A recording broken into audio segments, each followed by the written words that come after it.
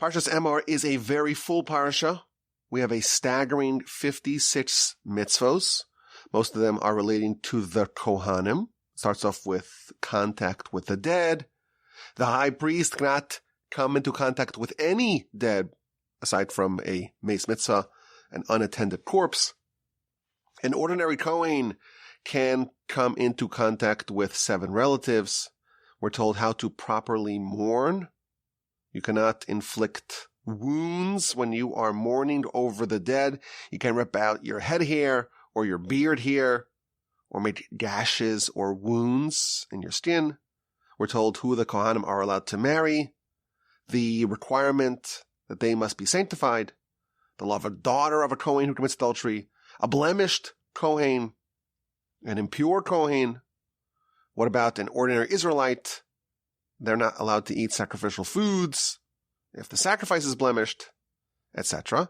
And the Parsha ends with the festivals. This is one of the 4 places in the Torah that we go through all the festivals.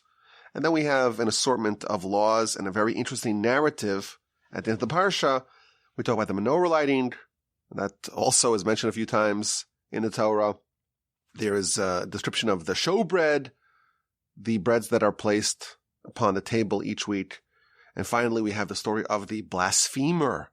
This is the first ever instance of a Jewish court executing someone. We have this blasphemer, and he blasphemes, or blasphemes. I don't want to mispronounce it. I think it's blasphemes. He blasphemes, and he is executed. Now, 2 years ago, 5781, of course, that was sent out again this week. We spoke about the blasphemer. I want to speak about it today from a different angle. So what happened? At the end of the parsha, we're told there was a man, and we're given his background in detail. And he commits a grievous crime. He blasphemes. And he was executed. And there was a bit of uncertainty as to what to do with him. And Moshe consults with God. But God tells Moshe he must be executed, which he is. This is the first of 2 instances of capital punishment in the Torah. The second being the Makoshesh, the twig gatherer, who we read about in the book of Numbers. Now, who is this blasphemer? We're not told his name, but we're told a lot about him. We're given his pedigree. The verse tells us, chapter 24, verse 10, he was the son of an Israelite woman and the son of an Egyptian man. And he exited amidst the nation, and there was a conflict, a fight of sorts in the camp. And then he goes on and he blasphemes. So we have some description here. He's the son of a Jewish woman. Her name we discover later on is Shlomis Bas Divri. Shlomis, the daughter of Divri from the tribe of Dan. And his father is an Egyptian man. So he is the product of a mixed union. Now Rashi tells us this is not any ordinary Egyptian man. This is the same Egyptian that Moshe killed. This is on day 1 of Moshe's coming of age narrative, the beginning of the book of Exodus. Moshe, of course, is raised in the palace as the adopted son of Pharaoh, or Pharaoh's daughter, really. And when he grows up, he goes out and he witnesses and he sees and he empathizes and he suffers alongside his brethren. And it tells us that he encounters an Egyptian man striking a Hebrew man of his fellow. And he looks to the right and he looks to the left and he sees that there's no one. And he strikes the Egyptian and he buries him in the sand. That Egyptian is the father of this blasphemer. Now the next day, he goes out again, and this time he sees another conflict. He sees 2 Hebrews, 2 Israelites are fighting. And he tells the one who was the aggressor, "Wicked one, why do you strike your fellow?" And he responds, and he says, "What? You're going to kill me like you killed the Egyptian yesterday?" And the term that he uses, are you saying that you're going to kill me? And Rashi tells us that Moshe killed the Egyptian with words. He verbally deployed the name of God, and he used that to kill the Egyptian. And now Moshe is intervening in this scuffle between these two Hebrews, and they go turn him in.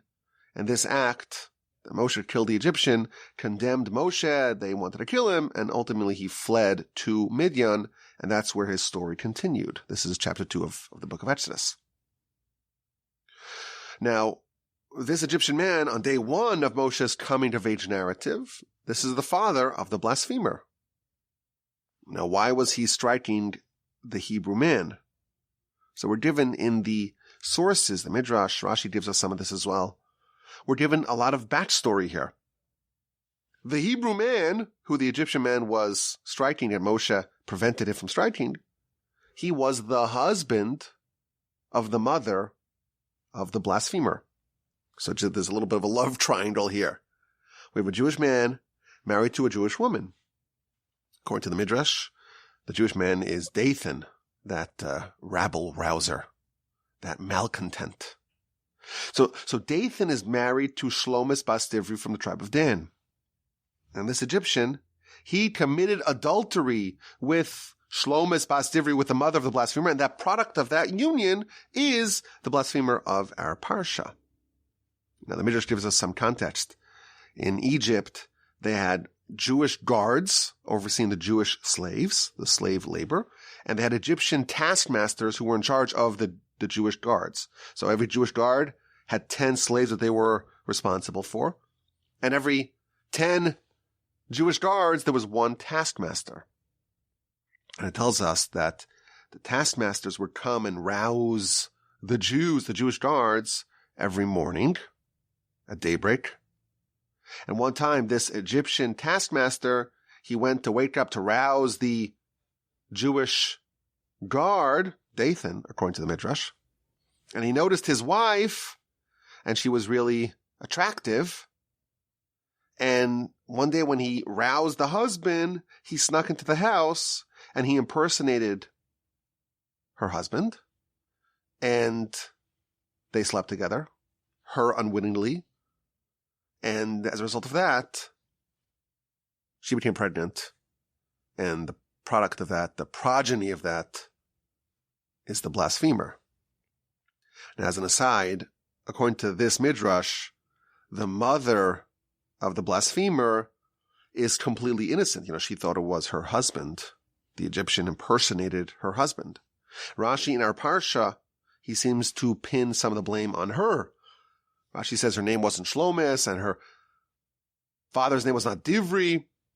She's only called that to highlight her quality or her flaw of being overly flirtatious with strangers. The word Shlomis is from the word shalom, which means hi, how are you? And she was always chit-chatting. She was always speaking to people. Hi, how you doing? What's going on? And Divri, the word davar or dibur means words. And she's always speaking, always chatting, even with people that are not her husband, and she's overly friendly. So it's an interesting question here, exactly how culpable is this Jewish woman in the events that led to her becoming pregnant from the Egyptian man. But regardless, what happened, according to the Midrash, is that the husband of Shlomis, that's Dathan, at least according to the Midrash, he comes back and he finds the Egyptian and he discovers what happened. And now there's a conflict here. The Egyptian realizes that the Jewish husband of the woman that he just raped is a problem. So he sent him, he was formerly a guard, he sent him back into slave labor and tried to kill him. And that's when Moshe showed up. Moshe showed up as the Egyptian man who had raped this Jewish woman as he's about to strike and kill the husband of the woman he violated.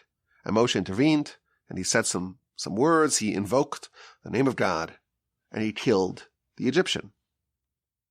But that incident resulted in the conception of a child. And that child, the son of Shlomis bas Divri and the Egyptian taskmaster, he is the individual at the end of our Parsha who blasphemes. He's the villain at the end of the Parsha who gets executed. Now, interestingly, Rashi tells us that this child, the blasphemer, he's not a Jew. Today we have a simple principle. If someone's mother is a Jew, then halakhically, regardless of who the father is, the child is a Jew as well. Now Rashi, based upon a midrash, tells us something really interesting. This is in verse 10. Rashi says that he converted. Now why would he need to convert if his mother is a Jew? Who cares about the father? So the commentaries here tell us something interesting. This is another aside, but we're reading a lot about the background of the blasphemer, so it's noteworthy. The commentaries tell us that matrilineal descent, meaning that if the mother is Jewish, then the son or the child or the daughter, any children that she bears are Jewish as well. That was only after Sinai. But before Sinai, the rules were different. The status of the child would follow the dad. And therefore this blasphemer was not even Jewish. And that's why he had to convert. So it's interesting, we just discovered another little bit of information about this blasphemer. You recall that 80% of the biological Jews did not want to leave Egypt. And here we have someone who is not halachically Jewish, but he opts in, he chooses to convert, but ultimately he becomes the blasphemer and is executed. Now there's another thing here, another little bit of information about the background of the blasphemer. The father of the blasphemer's mother, she's called Shlomit Bas Divri. The word Divri is the same Hebraic root as the word dever. Dever was one of the plagues in Egypt. There was dam, blood, and then frogs, and then lice, and then animals, wild animals, and then dever, pestilence. The animals of Egypt died. And the Midrash tells us something amazing. Rashi says that Divri means words. She was overly chatty. Says the Midrash something else. She brought about dever, pestilence, upon her son. The plague of pestilence, where the animals of the Egyptians died, that affected this blasphemer. Now, what does that mean? So if you look at the plague, the fifth plague in Egypt, the verse tells us, chapter 9, verse 6, that all the livestock of the Egyptians died. However, from the livestock of the Jews, there wasn't even a single death. It was a completely lopsided, one-sided affair. The plague affected only the Egyptian animals and not the Jewish animals. And then verse 7 tells us that Pharaoh sent inspectors.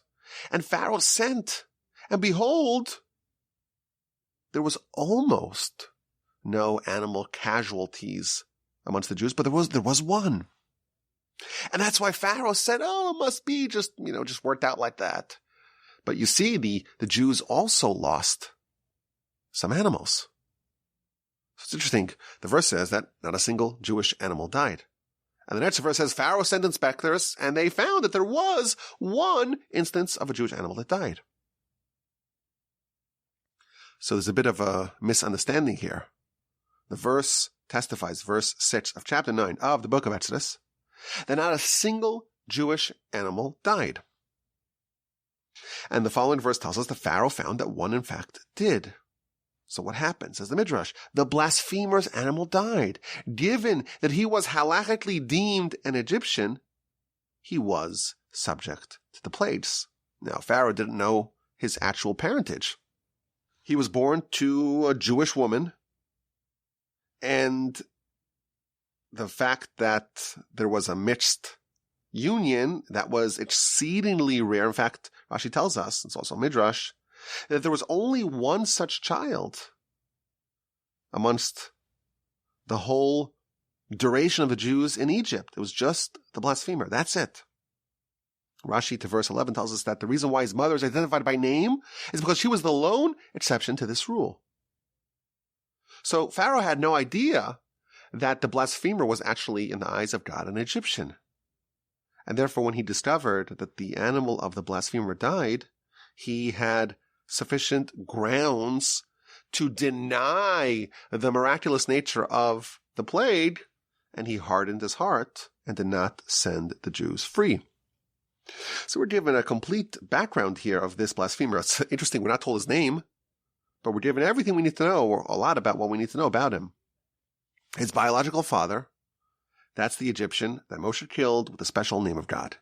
His mother is Shlomis, and opinions differ exactly as to how culpable she was in the incident. The mother's husband, the presumed adopted father, you would imagine, that's the notorious Dathan. And in Egypt, his animal died by the plague of pestilence. And then when the Exodus happened, he felt enough of an affinity to his mother's nation that he joined the Jews in the Exodus, and he converted. And now, in our Parsha, he commits blasphemy, and he is the first person who was executed by a Jewish court. Now, what were the circumstances that led to this? So Rashi tells us that given his mixed pedigree, he had a problem that no one wanted to allow him to encamp with them. He came and went to the tribe of Dan. The reason why his mother, Shlomis Basdervi, to the tribe of Dan. She was part of the tribe of Dan. And he says, well, my father's an Egyptian, but my mother, she is a daughter of the tribe of Dan. Maybe I can pitch my tent over there. And the Danites weren't thrilled to see him. What are you doing here? He says, well, I'm from the tribe of Dan. They say, no, you're not. The appointment of people to the tribes follows the father. So there was a dispute as to whether or not he had rights to be encamped with the tribe of Dan. And they went to court. And Moshe ruled that his claim to encamp with the tribe of Dan is meritless. And he left the court and he was angry, and he stood up and he blasphemed, and he was executed. This blasphemer is a very interesting story arc. On one hand, he does display a certain tenacious commitment to join the nation. He converts, and there's no questioning the legitimacy of his conversion and his sincerity. And notwithstanding the fact that he lost his animal during the plague of pestilence, he wanted to convert to join the nation. He was better than 80% of the Jews who were more Egyptian than Jewish. And when he lost his property, he was okay. But when he was alienated, when he was socially ostracized, then he found no purpose in life, and he blasphemed. And he did it in front of witnesses, and they warned him ahead of time, and he accepted the warning. He knew the consequences. All the requirements to actually be executed in a Jewish court were met, and he was executed. Now, we're given a lot of background information about the blasphemer. And this story takes up a very large part of our Parsha. You know, what's the reason why we have to have all this background? I would imagine it's noteworthy to be told that there was an instance of someone being executed over the course of the 40 years in the wilderness. But why do I need to know everything about him and the pedigree and what triggered his meltdown? So some of the commentaries address these questions. So the Das Zekanim notes that the reason why he blasphemed, it's because of his Egyptian parentage. This is the way of the Egyptians. Pharaoh, when Pharaoh is introduced to the notion of God, he says, who's God? I don't know God. That was the quality of the Egyptians. And that filtered through to the blasphemer. He also points out that there's an interesting parallel between the method by which Moshe killed the Egyptian, the biological father of the blasphemer, and the blasphemy of his son. There's a symmetry here. The biological father is killed with the special name of God, and he blasphemed with the special name as well. There is a principle here that there's a name of God that can be used with deadly effect. We mentioned this in the past. The Kohen Gadol is not allowed to marry a widow. This is our Parsha. He's only allowed to marry a virgin who was never previously married. Why not? What's wrong with a woman who, her husband died? She's not to be blamed for that. So one of the commentaries says something amazing. The Kohen Gadol, the high priest, had special superpowers, including knowing the exact enunciation of the special name of God and being in the position to deploy it with deadly effect on Yom Kippur. What if he fancied a certain woman? She just happens to be married. There is a concern that he would perhaps abuse his power and his position to say the name of God and thereby kill the husband of the woman that he desires and marry the widow.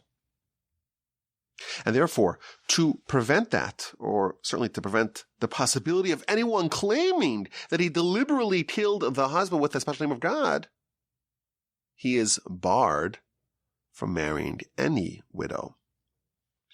Really interesting. But let's drill down a little bit deeper here on what is going on. What is the psyche of this blasphemer? What is he thinking? What is his calculus? If you measure what he did, it doesn't exactly add up. The cause and effect don't seem to be naturally correlated. He blasphemed. Why did he blaspheme? Because of an unrelated court case regarding property rights, in effect. Where is he entitled to encamp, and where is it prohibited for him to encamp? What does that have to do with him blaspheming? It's not immediately evident. I want to suggest perhaps an approach to understanding this story and maybe taking away a very valuable lesson. Now let's start with a different part of the Parsha. In the beginning of the Parsha, we're told that Kohanim, but really this applies to everyone, as Rashi tells us, when a relative dies and the surviving relative is distraught, they are not allowed to inflict any self-harm. They cannot rip out their hair. They cannot rip out their beard. They cannot inflict any wounds on their skin. This is a prohibition in the Torah. You are not allowed to self-inflict a wound due to the agony, the misery, the pain, the suffering of a recently departed loved one. Now, why would someone want to do this in the first place? Why is there a need to warn someone against this? What is the logic of even wanting to pull out your own hair?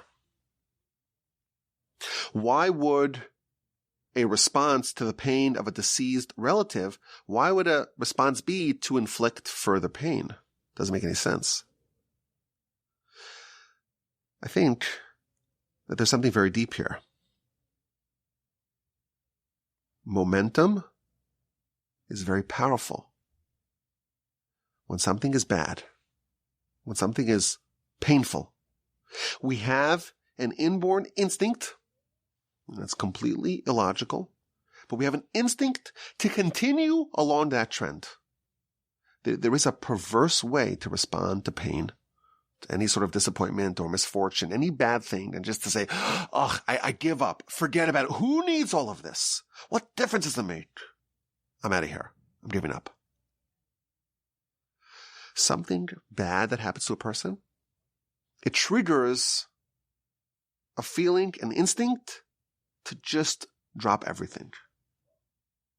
If you lose one thing, if you experience pain in one area, you may feel compelled, an instinct, a drive, an urge to lose something else and to get pain in another area as well. And I suspect that the theory behind it is that momentum is so powerful, it just drags everything with it, regardless of whether or not it makes sense. And the person themselves may feel an illogical urge to perpetuate it. And it could be counterproductive, it could be painful, it could be damaging, it doesn't matter. The urge for continuity along a certain trend line is such that when something bad happens, you enter into this vortex, into this spiral. You just feel compelled to exacerbate it, to continue. It's like a snowball effect.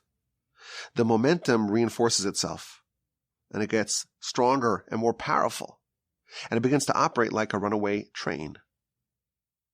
Someone who loses a family member, God forbid, they're sad, they're depressed, they're distraught, they're experiencing deep pain. And there is a perverse impulse to deliberately cause more pain to themselves, to just give up on trying to improve things. We ordinarily have an instinct of self-preservation, of trying to seek pleasure, not pain, of trying to advance our cause in life. And there's a way to have an instinct to self-sabotage, to just change that normal instinct. That's the instinct that the Torah is warning us against. You are not allowed to self-flagellate in mourning. You are so sad about what happened, and you may feel a desire to inflict further pain. That is prohibited. But perhaps this instinct, this urge, is what prompted the blasphemer to blaspheme. This illegitimate child, of course, not due to any fault of his own, he had a legitimate gripe. He was willing to join the nation, and notwithstanding the fact that he suffered and he was punished as an Egyptian, and you would imagine he didn't have a great standing in society even before, but he had some Danite ancestry. His mother was from the tribe of Dan, and he wanted to encamp with his fellow Danite relatives. After all, where is he supposed to go? That's the tribe that he has most connection with. And they said no. And he took his case to court, and Moshe ruled that he's not entitled to be there. And he was angry, and he was sad, and he felt alone, and he was in pain, and he felt aggrieved, and it was just, the deck was stacked against him. And what did he do? He continued along that path. And he chose to exacerbate a bad situation. He made it way worse. And when he left the court, he blasphemed. If I cannot be with the Danites, I'm out. If I cannot have the thing that I want, I'll have nothing.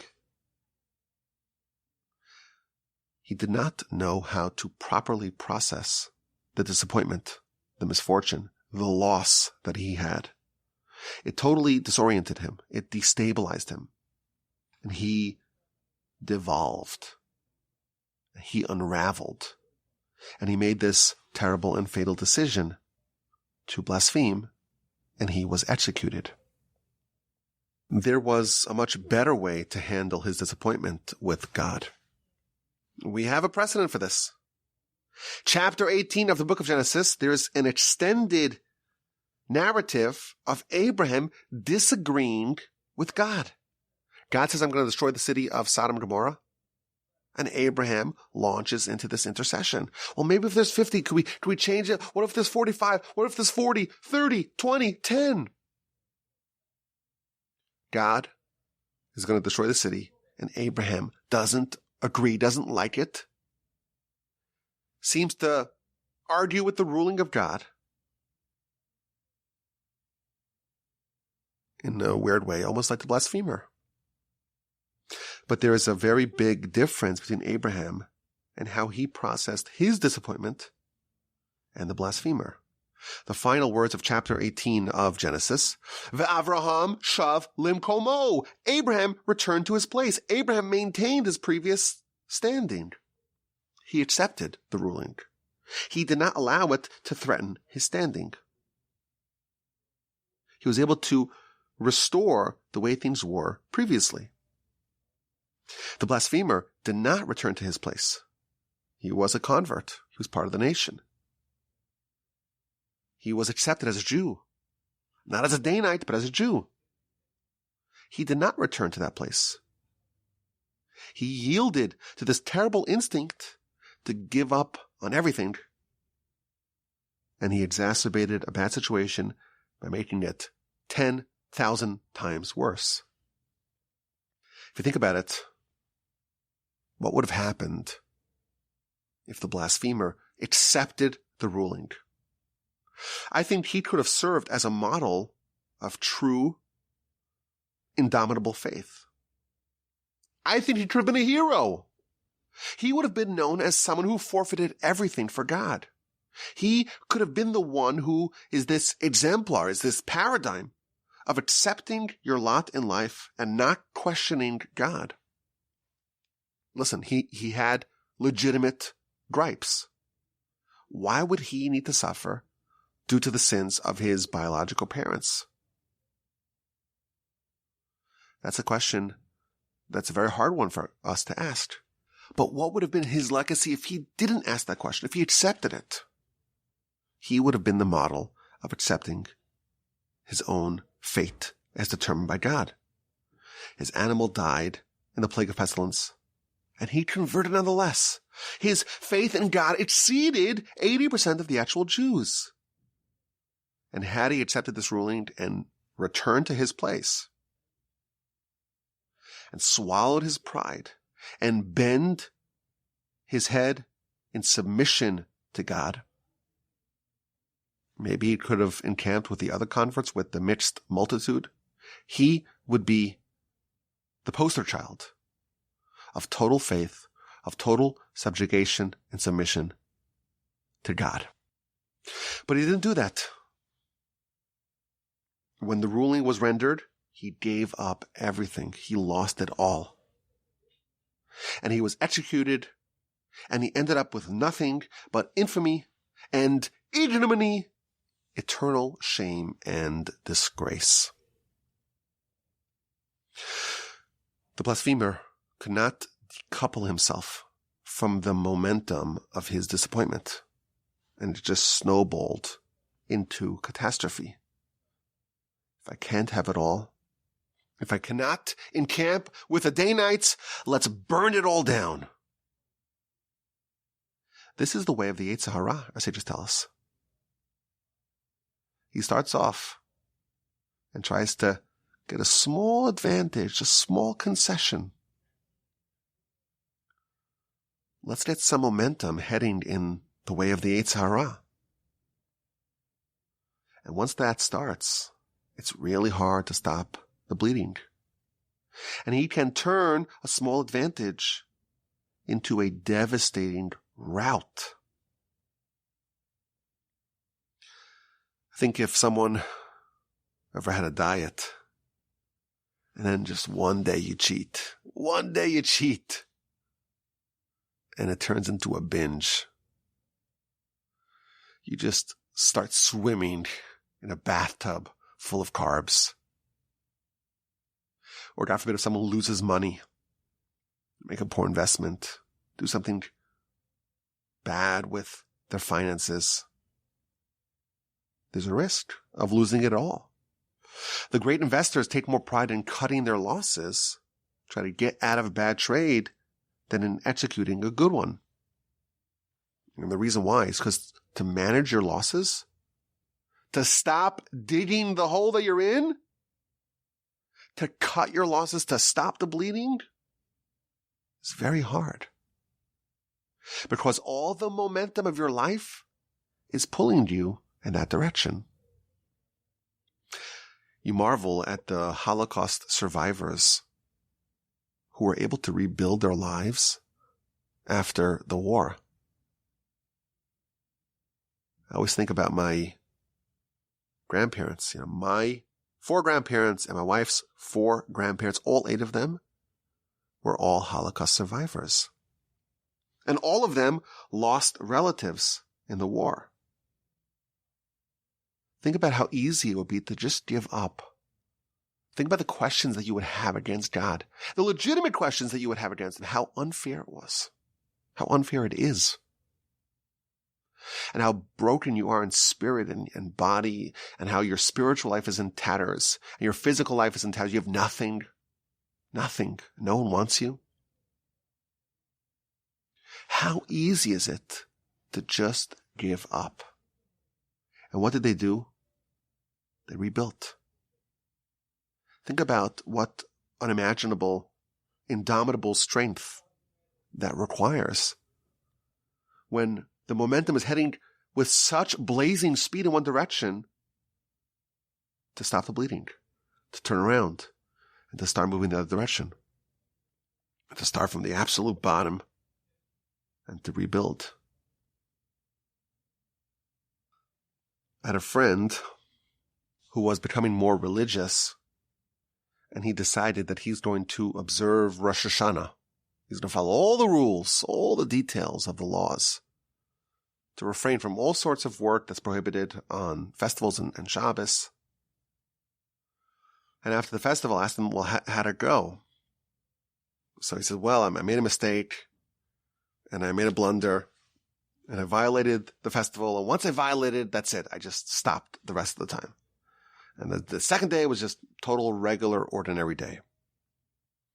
That is the modus operandi of the Yetzer Hara. Make one small mistake, and then just give up. One of the reasons why I'm so terrified of missing a Parsha podcast, for those of you who are still counting, we are a few months away from reaching 3 years, the third anniversary of not missing a single week, having a new Parsha podcast episode. Of course, this is all with the help of the Almighty, and with your dedicated listenership and support. And of course, it's nice to come to the cozy studio at the Torch Center. But I feel like if I miss a week, all that positive momentum will fizzle out. And it'll be really hard to make it the next week. If it's hard to do it every 1 week, it'll be 3 times as hard to get back on schedule. It's really hard when you have a loss to cut your losses, to stop the bleeding, to regroup, and to start again. All of us have bad days, but there's a real risk of a bad day derailing and leading to another bad day and a bad week and a bad month. Before you know it, you're in real trouble. There is a risk when someone loses a relative. The Torah has to warn us. Don't engage in self-destructive behavior. When you are in a state of grief, there is a risk for that. And we have the second example of this phenomenon at the end of the Parsha. The blasphemer was disappointed. He was distraught. And he perpetuated it. He, in a very illogical way, acted in a way that continued the bad trend. Now, as is true with everything, there's a flip side. Negative momentum is very harmful, very dangerous, very hard to extricate yourself from. But there's also positive momentum. Just as it is hard to stop a runaway train heading in the wrong direction, positive momentum works wonders as well. That snowball can barrel its way into heaven as well. Successes can build upon each other. Every mitzvah that you do drags a second mitzvah in its wake. And before you know it, you're off and running. I think of momentum as like a rocket. If you ever watch the launching of a rocket, it elevates really slowly. And you don't imagine that anything going that slowly can make it into space. But that momentum is equally hard to stop. And just a little bit of propulsion, a little bit of liftoff, before you know it, you're in space. This is a very powerful principle. Momentum is very hard to stop in both directions. The snowball can lead to catastrophe. It can also lead to wonderful, great places. This is why there's such an emphasis on making the start good, on getting some positive momentum, racking up a few wins, heading in the right direction, even if it's small. Even if you look at the successes and it doesn't seem to be so impressive. It all starts with something small. Anyone who wrote a great work, a great book, you have to write one word first. You have to have one idea first before you can have prolific ideas. Got to start somewhere. And every success makes the next success easier. And the momentum builds upon itself.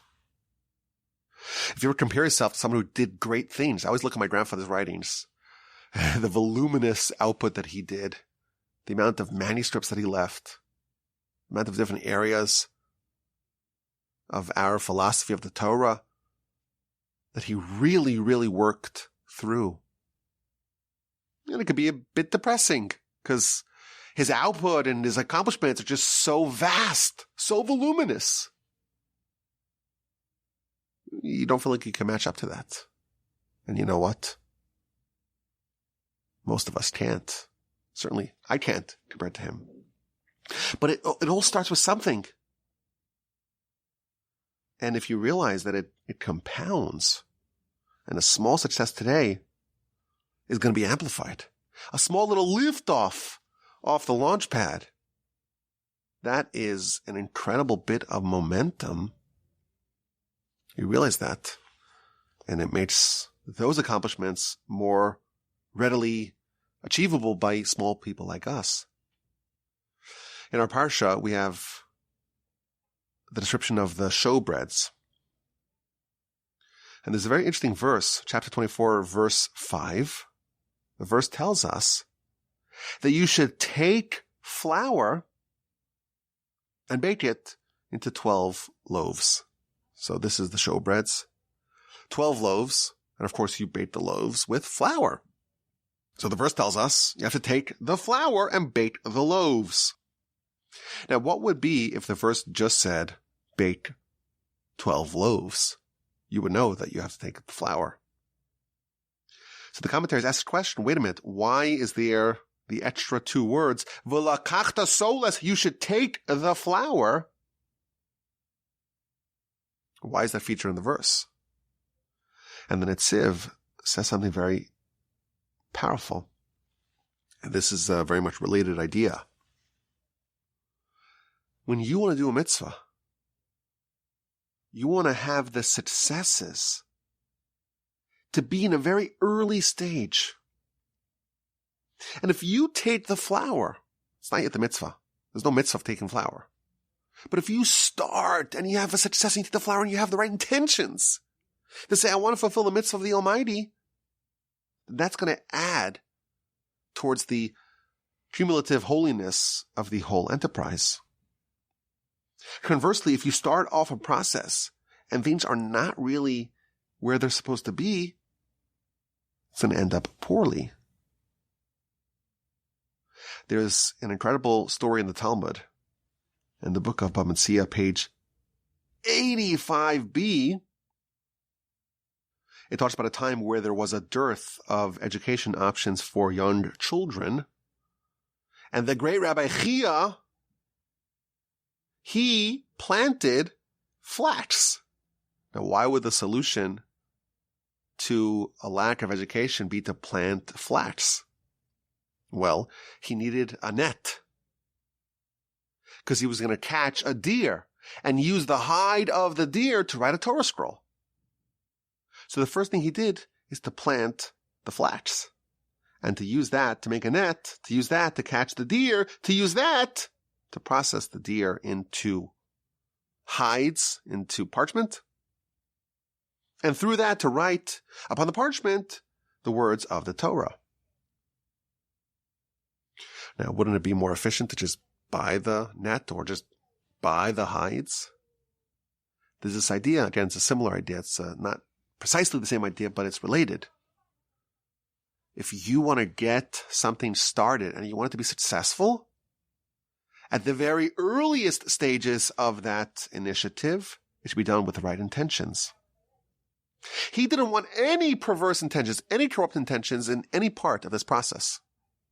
So even the flax that's going to be used to make the nets that's going to catch the deer, that we're going to use the hide to write upon it the words of the Torah, he wanted to plant it. So it's done with the right motivations. The Gaon of Vilna used to say that if you really want to build a synagogue, that everyone prays with devotion, and no one's thinking about their stocks or their sports or the politics, and no one's chatting about other things. Everyone is really devoted in prayer to God. Make sure that when you make the axe that you're going to use to chop down the tree that you're going to use to build the synagogue, that axe should be made with proper righteous motivations. This is an idea of the power, really, of small things. At the very beginning of again, that's why the idea is not exactly the same idea. This is talking more about the beginning and the importance of the beginning being, even if it's tangentially related to the result, that should be noble, that should be righteous. But in a related way, this is our subject. Momentum is an almost unstoppable force. When it is heading in the wrong direction, it is an existential danger. Even though what's happening right now is not dangerous, but this will lead, potentially, of course you could overcome it, but things can go off the rails very fast. The failures and the losses, the disappointments, will beget other losses and other failures and other disappointments. Just as a mitzvah drags in its wake another mitzvah, a sin breeds another sin in its wake. And it takes preternatural strength to stop the snowball, the train, the rocket. But when things are trending in the right direction, that too is self-reinforcing. Of course, you still have to expend effort to advance it. But once you have the momentum, that trend, it's much easier to do it. And that's why small wins are so critical. If we could just get some positive liftoff, just an inch off the ground, just a small step in the right direction, we could be put on a trajectory that ends up in heaven. And of course, that is where we all want to end up. Okay, we end off the Parsha podcast with a question. And the question will also focus on the narrative of the blasphemer. If you read it in chapter 24, you'll notice something is a bit odd. So it starts off, 24 verse 10, the man who's the son of the Israelite woman and the Egyptian man, and he's having a scuffle in the camp, and he blasphemes and he curses, and they didn't know what to do with him, and they placed him in a holding cell, and Moshe consults with God, and God tells Moshe, take him out and execute him. So his verdict is sealed in verse 14. Now he's going to get executed. That is true. But the execution does not happen until verse 23. What do you have in between? You have all these laws. So first, you have the law not to curse God. Okay, that's germane. Because he cursed God, he blasphemed. So it makes sense why it would be placed here. And then we have the law of a murderer. And then we have the law of someone who damages someone else's property. And then we have the law of someone who assaults, who physically damages someone else. And finally, in verse 23, the final verse of the Parsha, they actually execute the blasphemer. But it raises the question, why is there an interlude? Why do we have all these laws in between the verdict being conveyed and the execution, quite literally, of the execution. So I saw an incredible idea, courtesy of the Dorash Moshe, or Moshe Feinstein. He says something very powerful, very beautiful. This is the first time in history where a Jewish court is going to execute someone. And why are they doing it? They're doing it because that's what God wants. So they're fulfilling the will of God. Before you execute someone, before you fulfill the will of God in punishing someone, you have to realize the severity of a human life in the eyes of God. And the Torah tells us, before you execute him, you should know that if you kill someone who's innocent, that's capital punishment. Don't think that you're executing someone because, well, what difference does it make? We have lots and lots of replacements. You read about some of the stories during the Revolutionary War. You'd get Washington upset, you're hanging. They were much more easy to hang people. Don't think that the reason why we're killing this guy is because it doesn't matter. No, if you kill someone, it's a capital offense. Not only that, you can't even damage their property. You can't even physically hurt them. Only if you truly accept and absorb and understand the gravity of how the Torah treats someone else. They could be a convert. They could be a sinner. It doesn't matter. You have to really appreciate that a foundational principle of the Torah is you have to love him as you love yourself. He doesn't mention this, but Talmud actually says one of the reasons why a person is executed in a given way, I'll spare you the details, is because you have to love your fellow as yourself. The Talmud tells us that the mitzvah to love your fellow as yourself applies even to a murderer who committed a crime that they get executed for. Only if you truly appreciate that, you understand the severity that the Torah places upon human life. Not just that, your friend's property and the physical harm of your friend. That must be the prerequisite. You have to know that. Don't execute someone because you don't like them. And because what difference does it make if they live or die? And who cares about them? No, you got to care about them, about their body, not to injure it, not to damage it, and even their property, and certainly their life. Don't think that the reason why this person is being executed is because you hate him and they're not worthy of anything positive. Actually, no, you have to love your fellow as yourself. Applies also to such a person. I will add, there is a famous dictum, an aphorism, that we say, Chayav Adam Lomar, a person is obligated to say, Bishvili Nivra Ha'olam, the world was created for me. We mentioned this many times here on the Parsha podcast. A person is obligated to say the whole world is created for me. When do we say that? Where does that appear in the literature?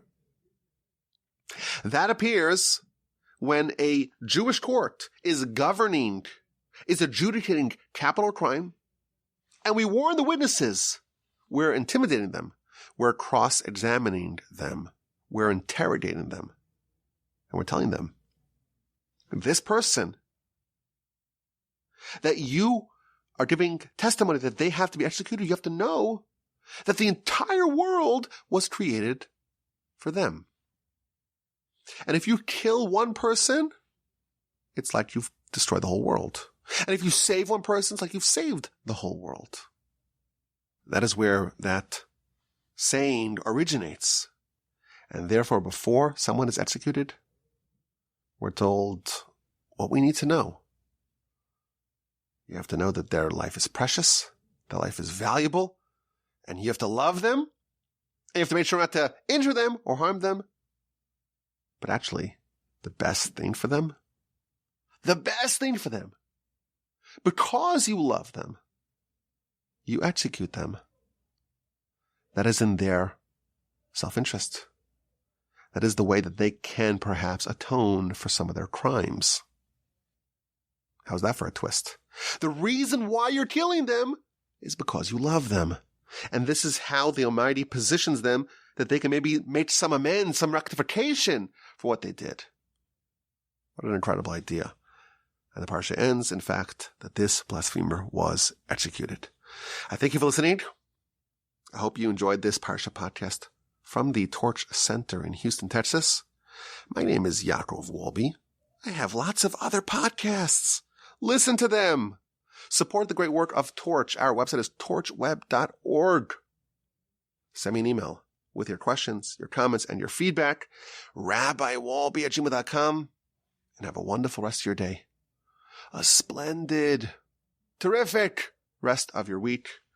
A truly elevated, sensational Shabbos upcoming, and please God, with the help of the Almighty, with the unending help of the Almighty, we will talk again next week and conclude the book of Leviticus. It's been a wild ride. I've enjoyed every second of it. And please God, we will meet again next week.